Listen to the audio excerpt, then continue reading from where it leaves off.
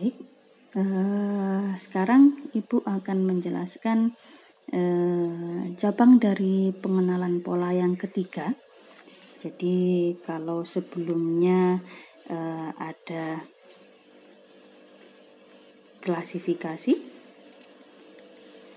lalu setelah itu Ibu menjelaskan clustering, maka ada satu cabang lagi aplikasi dari pengenalan pola, yaitu berupa regresi. Ya, jadi bedanya apa? Sebenarnya ketiganya sama-sama digunakan untuk melakukan prediksi.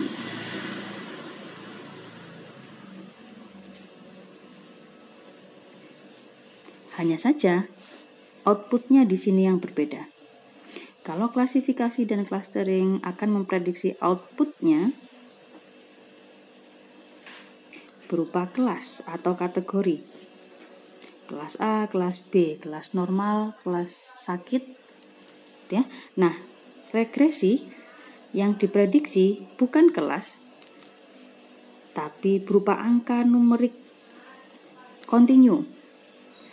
Contohnya regresi biasanya digunakan untuk memprediksi harga saham, misalkan memprediksi harga emas dan lain sebagainya, gitu ya. Jadi yang diprediksi bukan kelas A, B, kelas normal, sedang, tinggi, tidak, tapi berupa angka. Berapa angkanya ketika di tahun berikutnya, di hari berikutnya. Nah, ini yang akan kita pelajari setelah ini, yaitu regresi. Oke. Regresi sendiri sifatnya adalah mengenali dari pola data-data sebelumnya. Jadi misalkan di sini kita punya hari keberapa gitu ya. Hari ke-1, ke-2 sampai hari 30 misalkan.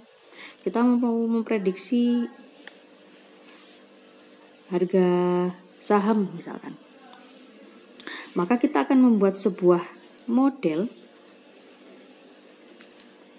yang bisa memprediksi dari sebaran data yang sudah kita kumpulkan sebelumnya. Kita buat sebuah model, ya. Contohnya adalah sederhana sebuah garis, sebuah model persamaan garis, ya, yang kemudian bisa kita gunakan untuk memprediksi pada hari ke-31 misalkan. Dari data training 1 sampai 30 tadi, kita akan menghasilkan sebuah model. Kalau berupa garis linier, maka persamaannya adalah Y sama dengan AX plus B, kan gitu, persamaan garis linier yang kita ketahui. Ya. Jadi dengan mengetahui model ini, dari mengumpulkan data 1 sampai 30, kita dapat model ini, sehingga kita dapat memprediksi pada hari ke-31 pada saat X ke-31, tinggal kita masukkan A-nya berapa, B-nya berapa dari hasil pemodelan tadi, kita bisa memprediksi harga sahamnya. Gitu ya. Itu secara inti yang dimaksud dengan regresi. Nah, regresi tidak hanya berupa linier.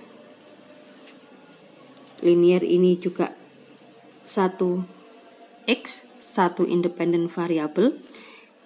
Bisa juga sifatnya adalah multiple linear regression. Ya, kalau kita melibatkan multiple linear regression berarti X-nya tidak satu dimensi. X-nya bisa lebih dari satu dimensi. Sehingga A dan B berupa matrik. Ya.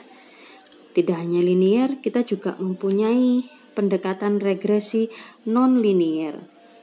Ini umumnya paling banyak digunakan GST atau Artificial Neural Network atau menggunakan SVM. Bisa kita gunakan untuk regresi. Atau yang ketiga ada model regresi lain, misalkan log linear, Poisson, atau regression tree. Nah, untuk kali ini kita akan mempelajari yang sifatnya linear dan satu independen variabel atau satu X. Ya. Oke.